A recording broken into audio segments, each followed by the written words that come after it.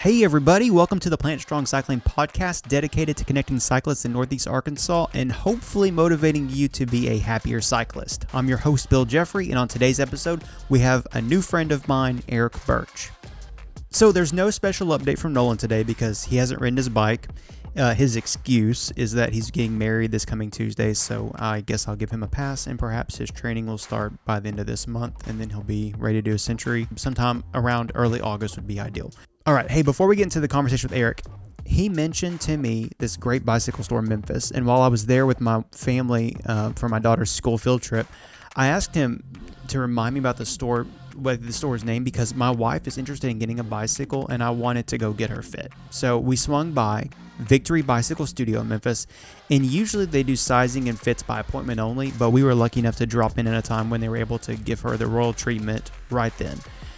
Man, I was so impressed with the owner, Clark, and the guy who did her fit. That was Sean. I kind of want to go back there this weekend with my bicycle and get it dialed in. But I'm pretty sure that would backfire this close to Unbound, so no need to text me, everybody, and say don't do that. I'm probably not going to, but part of me really wants to because the experience was incredible. So I say all that to say this. My conversation with Eric on Tuesday has already greatly benefited me, and I hope you find it beneficial too. So without further ado, here's my conversation with Eric. Hey, Eric, thank you so much for joining me on the podcast today. No, man, I appreciate the invite. Okay, I'm going to give a little bit of our history, and then I'm going to hop right into the questions, okay? Sounds good. All right. Last September, we raced Pedal the Ridge, which is a 50-mile gravel race in Paragould. So I was in the back at the beginning talking with a guy when we were doing the neutral rollout. I quickly remembered that if I wanted to have any shot at winning, then I need to be in the front group when the neutral part was over. And holy crap, you and Andy Shatley, Justin McGarity, and Brian Linder, you guys uncorked it. So we were riding on that super loose gravel, and I was third or fourth back in that pacing line, and I was terrified of hitting a boulder. That's how much I was drafting off you guys. And then Brian and I dropped off, and then you and Justin and Andy took off, and man, my heart rate was like 180 beats per minute for like an hour. And then I finally caught you and Andy with that hill section. I was still functioning for the most part, and that's when you and I first talked. And dude, I was so annoyed that you were breathing normally and you were wanting to have a normal conversation. I was like, dude, you should be dead by now, okay? Because I'm uncorking it. I'm barely alive. I started following you on Strava, and you do a lot of weight training. But as far as bikes go, how the heck are you so good?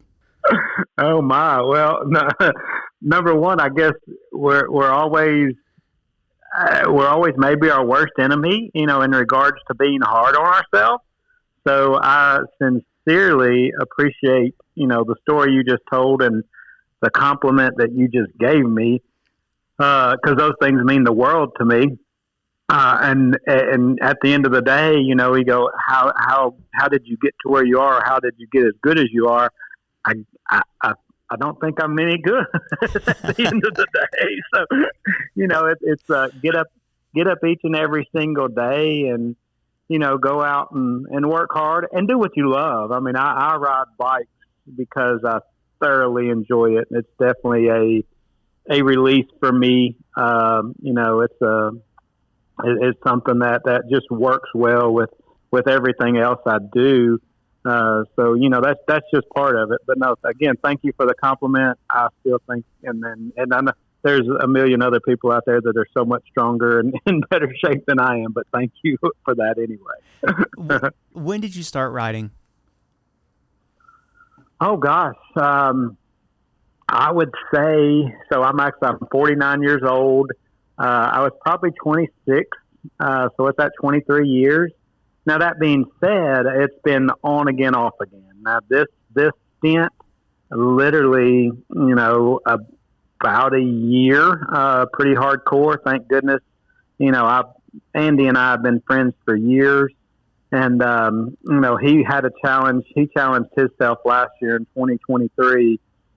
I think his goal was 300 rides. And, I saw him somewhere. He mentioned something, whatever it was. I cannot tell you how all that clicked and how we ended up, getting back together. Cause I'm not a computer guy in regards to Garmin or just dialing anything in or watching anything like that. I would go out and ride, with a group sometimes by myself most of the time. And it was like, okay, how far did you go? What'd you do? I was like, well, what do you mean? And like, you didn't measure anything? I'm like, no, I just went for a bike ride. Like, I still remember the days of like BMX and just, you jumped on your bike and it was transportation. That's how you got from one friend's house to another. So that was, part of it. But, I was running. I'd really got married, got overweight with our first son and only son. But looked up one day and I thought, holy cow. I don't think he would be real proud of me right now was, I guess, the thought that went through my head. And so I literally just took off running one day, was overweight. I'm normally around 175 to 185 right now. I was like 225 pounds. And, in life had just happened. I'd gained every pound that my wife Ann had gained with our son Hayden. And, so I said, I got to do something different. So I took off running and really, I guess I've got an addictive personality. So got addicted to that, was running quite a bit, dropped a ton of weight. But then my knees just started killing me. And, somebody said you don't have to just run, there's other things you can do, such as swim and bike. And, so I literally got into triathlons after that because bought my first bike off eBay, started swimming some, and it really did help my knees out tremendously from not just pounding them every single day. And so that was sort of the process and the transition into competitive, bike racing, I guess, to some degree. So you do swimming and running still? Because all I see on Strava, if I'm remembering correctly, is mostly cycling and lifting. That's it today. Yeah, I haven't done a triathlon in wow, probably 15 years. Oh, really? In fact, the last event that I had done prior to you and I meeting there at Pedal the Ridge, and we did. Andy and I did Big Dam Bridge. Yeah, y'all last year as well. Y'all laid the hammer down there too. yeah. 2023. It was. There were two things we were focused on when we started riding. It was just, and Big Dam Bridge was the first event I'd signed up for in years. And reason being, I had a buddy call me. He's a stud. His kid is now breaking all the Northeast Arkansas and Arkansas track records. Hayden Huckabee. If you're not following Harper Huckabee on Strava, follow that kid because he's going to I don't know if he's going to run a 3:45 mile or what. I mean, it's just phenomenal what he's able to do. But anyway, Hayden Huckabee called me one day and he said, hey, look, I want you to go do this race with me. And I said, okay, what is it? And he said, well, it's a 50K down in Maumelle, a trail run. And I said, okay, that's fine. We'll sign up or I'll sign up. I didn't even know what a 50K was. Like I've never gotten into this metric system kind of stuff, right? So at that time I wasn't running much. I was going to the gym. I was lifting some weights. I was jumping on the stair stepper. And I thought, okay, I've got a few months to train, so I'll go out and run. Well, I never did, but I did get on the stepper at the gym, and that was just my addictive machine at that particular time. And I would get on it for 2 hours at a time and just, turn it all the way up and just suffer. And ended up going down there and doing that trail run with him, which a 50K, I think is like 32 something miles.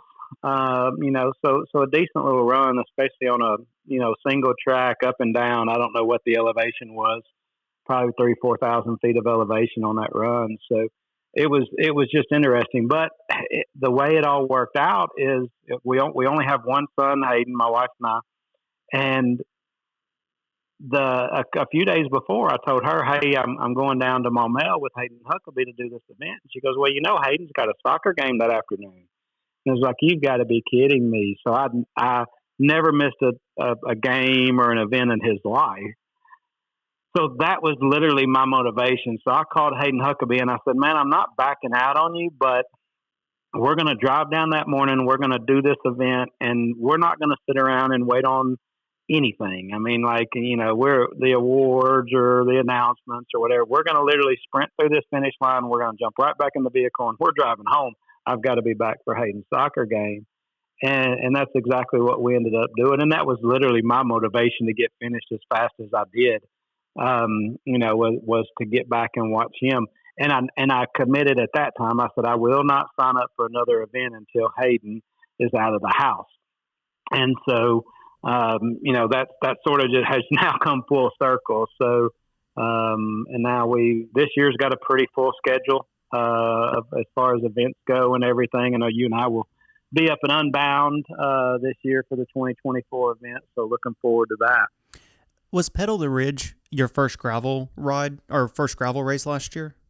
Yes, that was the one and only. Correct. Okay. I was thinking that what I saw you and Andy doing before that was all road. So you did gravel then, and now it seems like a lot of your rides are gravel. Is that because you've fallen in love with gravel, or is that because of Unbound? What's the story there?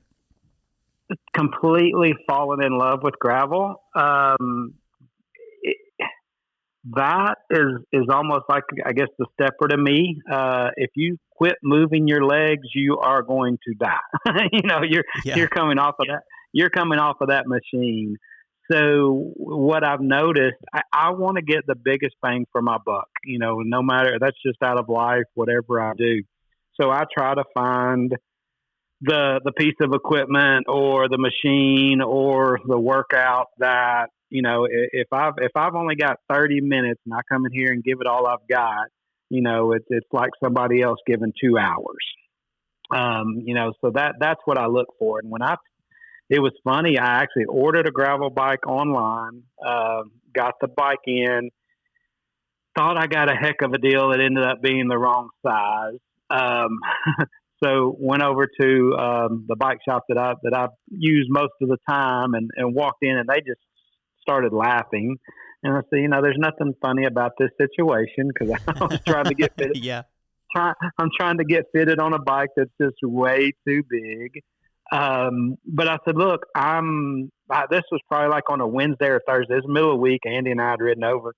And I said, look, I've got to leave here with a gravel bike. Like it was getting cooler and everything. And it was like, we're riding gravel this weekend and I've got to have a gravel bike. I got to leave here with one.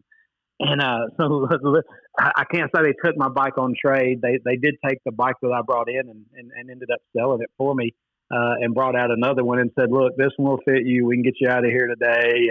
And so that's what I did. And it was funny because Andy's ridden bikes for years and he's ridden competitively, big time in the past.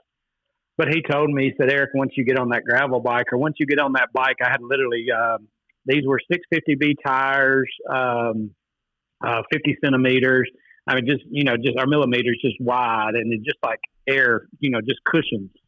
And he said, once you ride that bike, you probably won't get back on your road bike. And he was pretty, he knew what he was talking about. There's no doubt. Just the stability, the cushion, everything is so nice. In fact, I ride my gravel bike in a lot of the group road rides, here in Northeast Arkansas.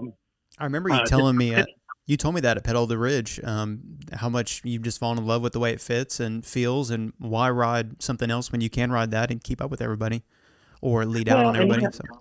Yeah, I can like jump sidewalks or roll through the ditch, or it's like if there's a pothole, it's not a big deal. So just the safety measures, in regards to having that, and you ride for 2, 3, 4, 5 hours, and you can get off, and you just don't feel like you've been on the bike for that long at all. So that's been real nice. But I also noticed that if I go out and hit the gravel, which thank goodness my house is I'm about a 10-minute ride to the gravel. And if I go out and do an hour and a half or 2 hours on the gravel, the number of calories I burn, just the endurance numbers and everything else it doesn't even compare, to riding 3 hours on a road bike.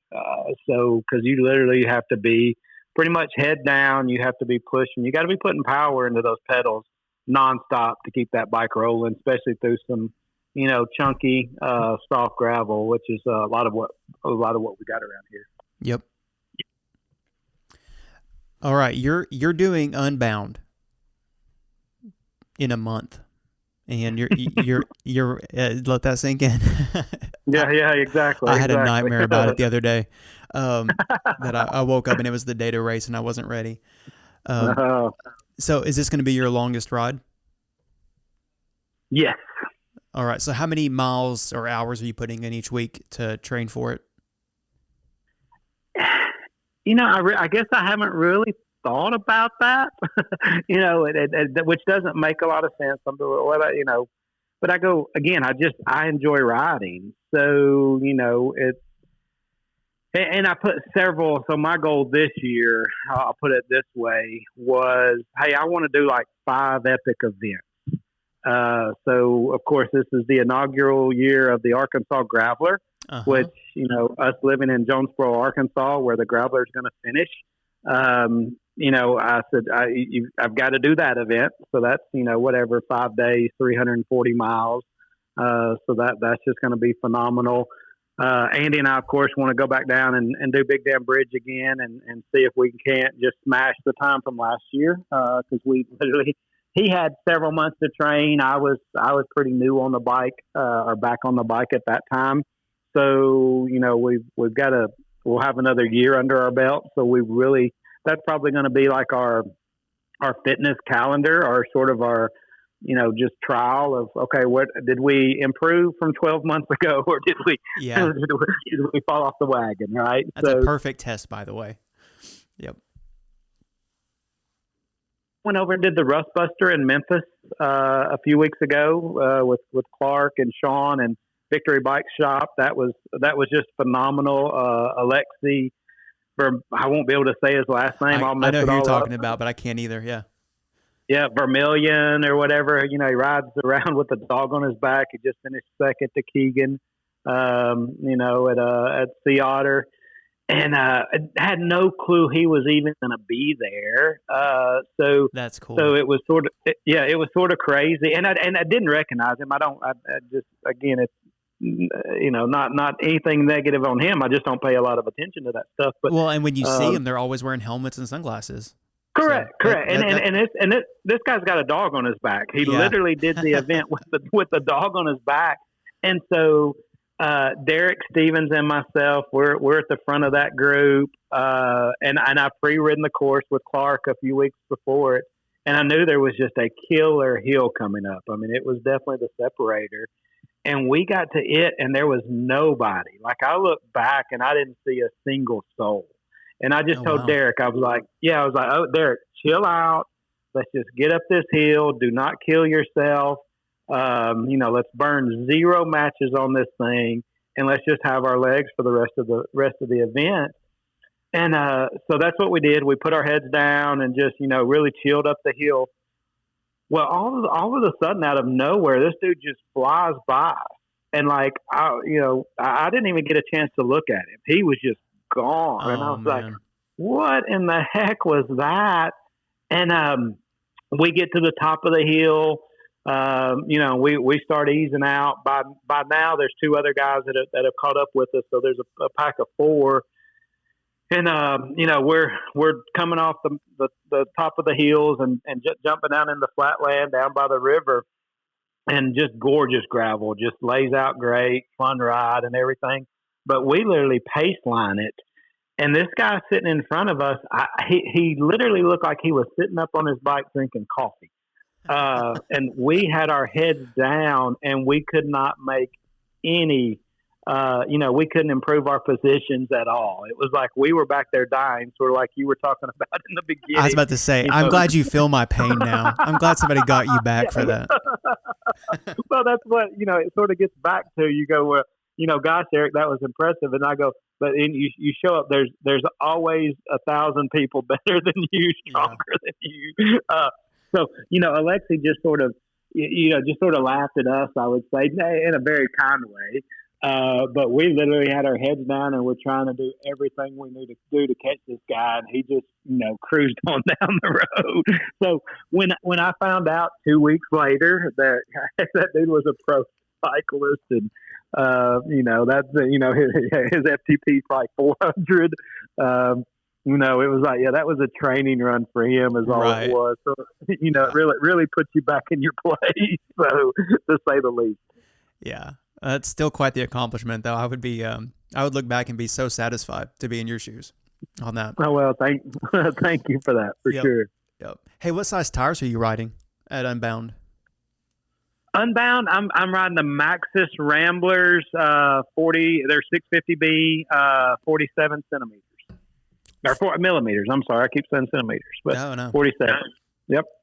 Very nice. And that's from a buddy of mine that owns the bike shop down in Jackson, Mississippi, the Crossings. Mm-hmm.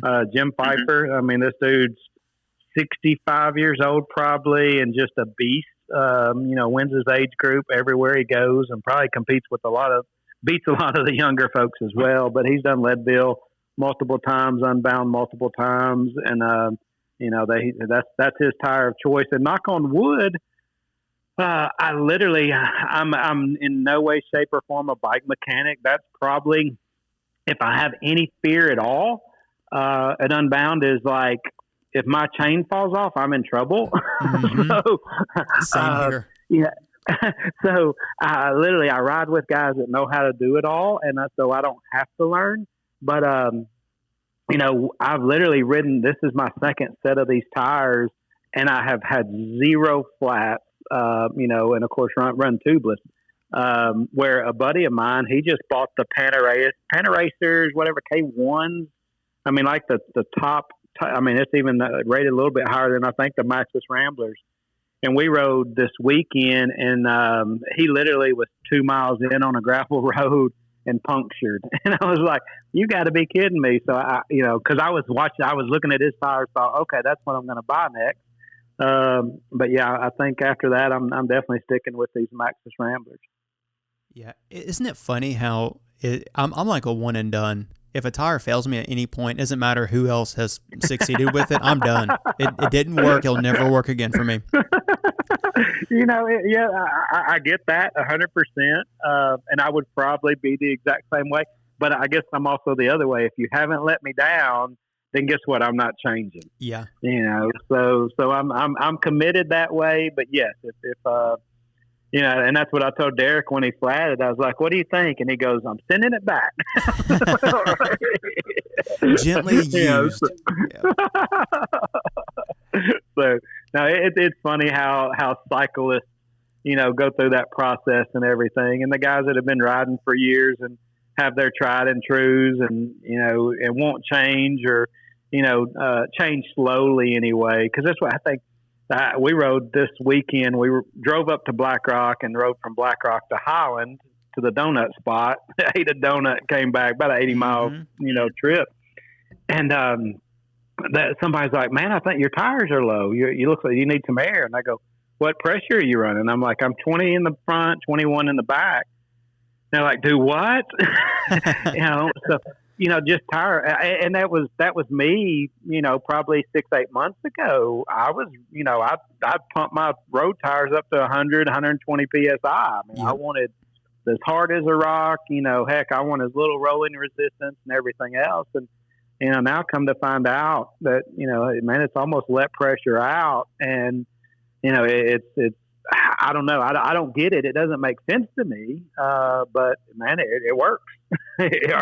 So far so good. So yeah, it's been nice. Well, so what are your goals for Unbound? Do you have any personal goals or like expected outcomes?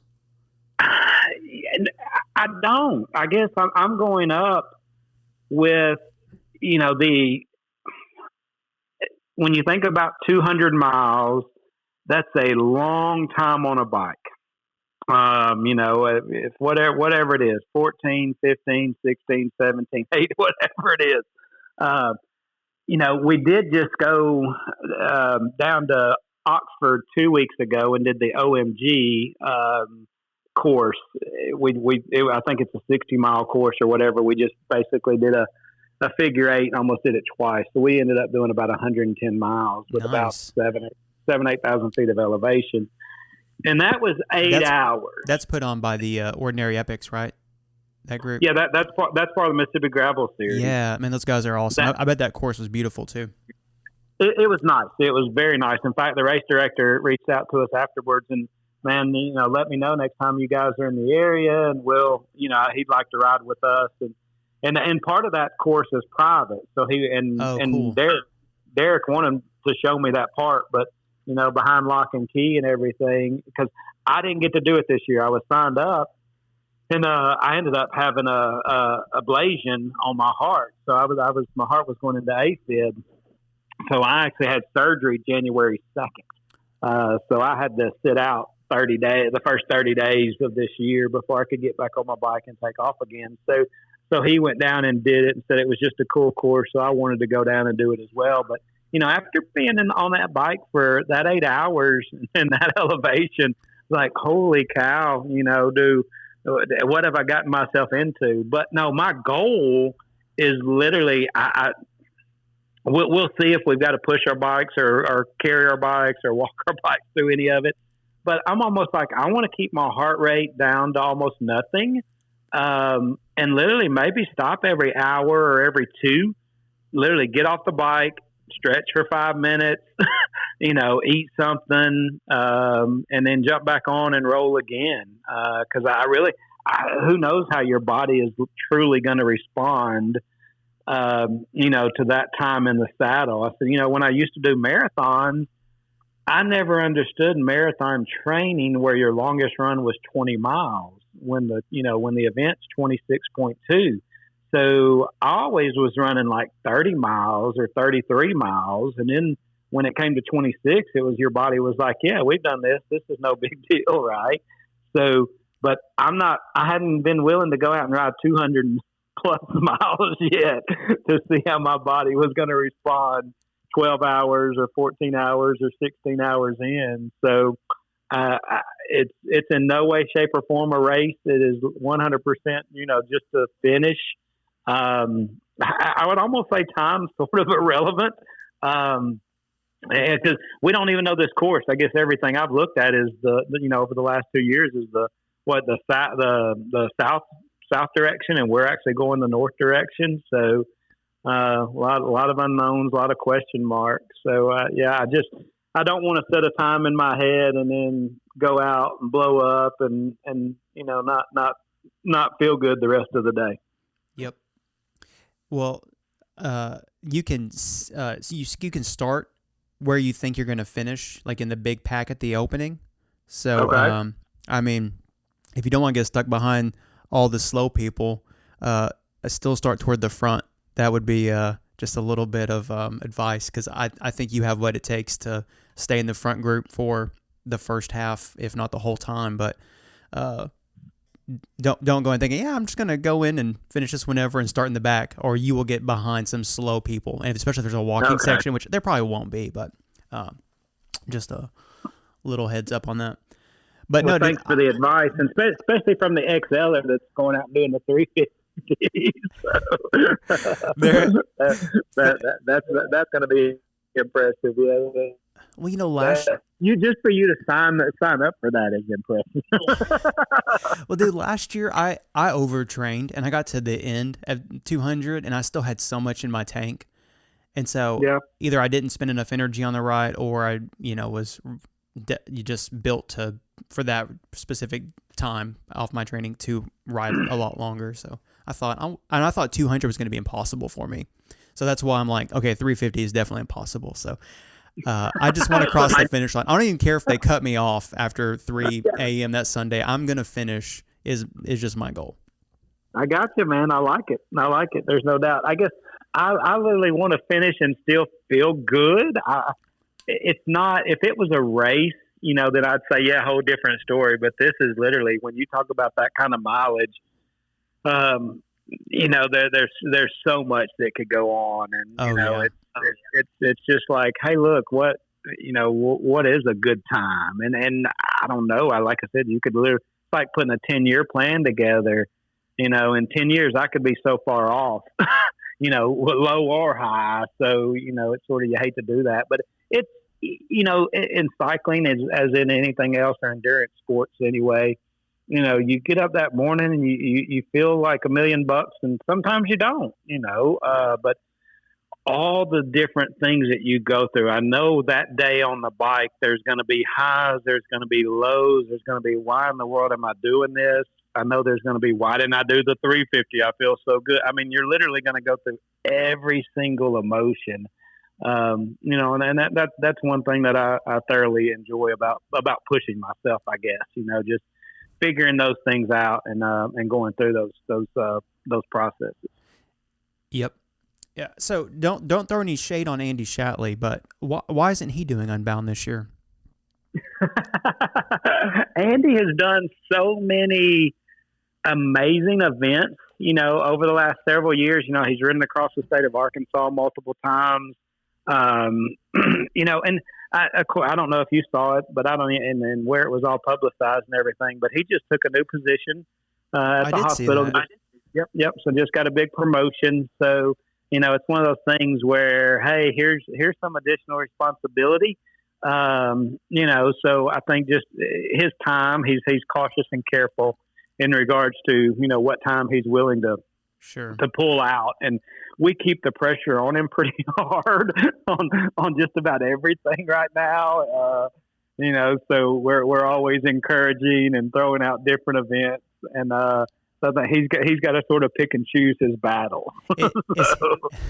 I get that totally. Is he still coming with you for the weekend? He's not, but Derek Stevens is, and I think you've met him. I know y'all follow each other on Strava. Yeah, I don't think I've met Derek yet. I need to, though.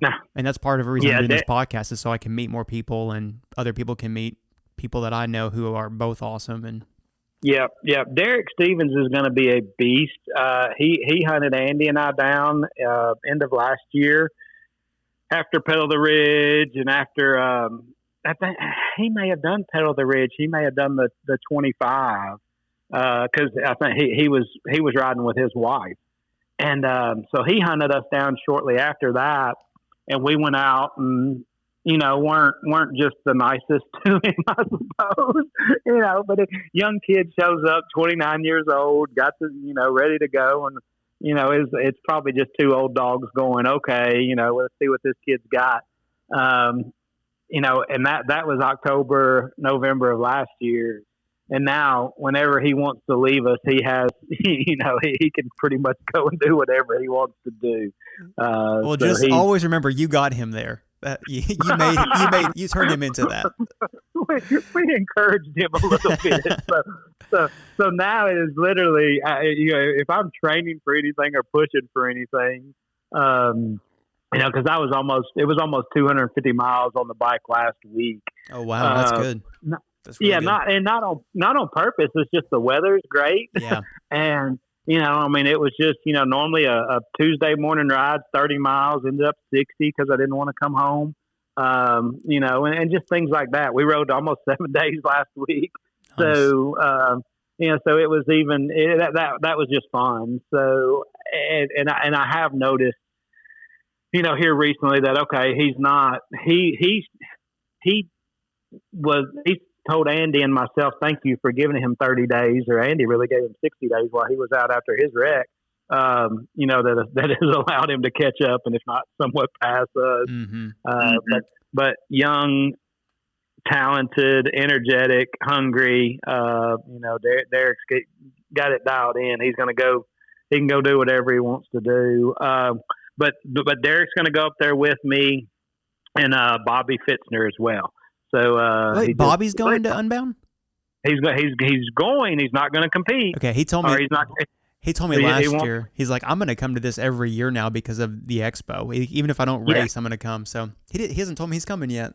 So he and I rode Saturday. He rode with that Black Rock to Highland ride, and I said, Bobby, there's room if you want to go up. So he texted me again yesterday. He said, are you sure? Come on. let's go do this thing. Cause he was all about the expo as well, just like you were, so we'll get up there Thursday night, be all day Friday and Saturday. Awesome. That's awesome. I'm so glad he's coming. I'll be glad to see him too.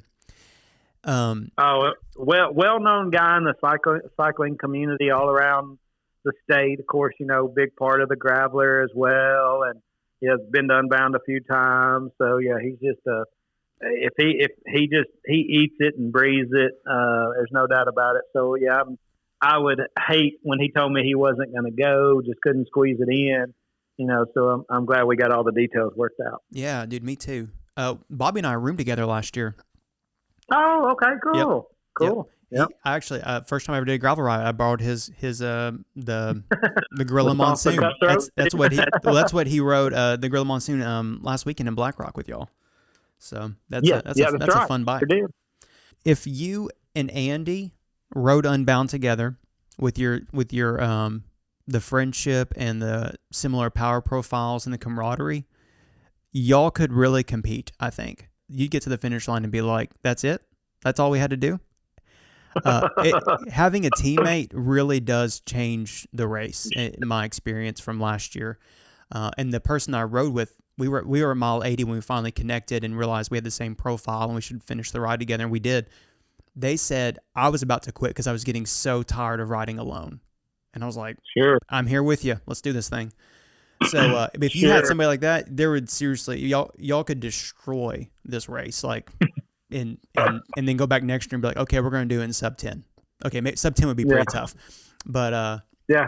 Well, and I think that's what happened at Big Dam Bridge. In 2023 was I went down there, and Andy wasn't really on board. Andy is big and he's strong, and he can ride with the best of them. But I don't think he was willing to hurt as much as we did.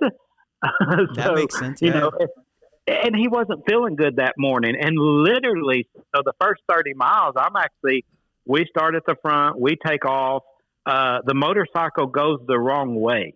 Like at the first little roundabout. And I mean, there's a big group that goes that way and another group goes the other way. And it was, a little chaos. And Andy told us, he said, "Look, get out front. I don't feel great, but you guys get out front. You got to dodge water bottles and this and that. Just don't get in all the hectic stuff." So we went pretty hard out of the gate and, riding with a couple other guys from Jonesboro, and we get to the first rest stop, which is 30 miles in. And I had no intentions or plans of slowing down. And they were like, we're stopping. And I'm like, okay, that's fine. I didn't see Andy. I didn't know what was going on. So we pulled over and he came rolling in not shortly after that. So, he was ready. He was feeling it at that time, felt much better. So we jumped out and took off and just, hung on each other's wheel, jumped in another big group. And, and just went to town the rest of the day and had just a real good time. Now, we got to mile 95, of the 105. And he just pretty much said, "Look, I'm done." And I said, "No, we were, my goal was to average 20 plus miles an hour. And we were, above that." And I said, I'm not giving that up over the next 10 miles. So I said, "Look, just get on my wheel, hang on, and let's finish this thing." And so that's what we did. I put my head down, and he jumped on and did his thing and stuck right there with me the rest of the way.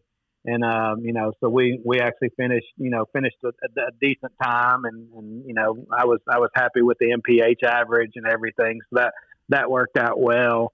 But yeah, I wouldn't have done it. There's no way in the world I would have suffered like I suffered if it just would have been me. And so that's, by far, the biggest, yes, if you're out there riding today and you don't have somebody to ride with, especially somebody that can push you a little bit, because I guess that's what I look for. Anytime I go out, I'm like, okay, who's going to be there that is stronger than me? Because that's my challenge, right? That's who you want to be with the person a little smarter than you, a little richer than you, a little a little better marriage than you, eat, those are the kind of people that you want to hang around. So you can just, make those incremental improvements. So, but when you have somebody that is, very, very close, and you don't find that very often. I mean, most people, it's, you're at a level 7 and they're at a level 10, or you're at a level, you're at a level 10 and they're at a level 7, whatever it is. So, it's almost, their zone 2 ride is your zone 1 ride, a lot of times. But when you can find that person, it is special. It means the world.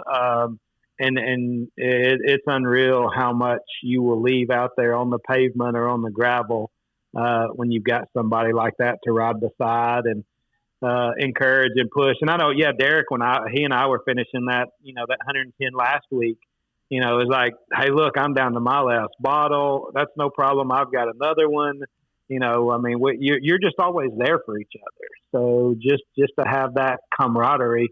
And of course, the slower guy doesn't want to slow the faster guy down. Mm-hmm. So, but you also have to ask for help. And it's funny because you can go through, especially if you're on the bike 5, 6, 7, 8, 9, 10 hours plus, you're going to go through times where you don't have it and the other person does. But that's not going to last forever. And all of a sudden, 30 minutes later, an hour later, 2 hours later, now you have it and they don't. And it literally goes back and forth. So, like I said, and that's just part of that long-term endurance, that push, make it happen, do whatever it takes, mentality. Because our minds will say we're done well before our bodies are anywhere near finished. So, yes. You got to dig deep, you got to keep pushing, you got to ignore the pain. But it's amazing what God has blessed us with, and the things that it can accomplish. And 99.9% of people never even scratch the surface, of what they truly, truly have. Thank you so much, man. It was great learning so much about you, and man, I can't wait to hang out with you at Unbound. We're gonna have fun. Looking forward to it. Thanks, Bill. Yeah, man. Talk to you later.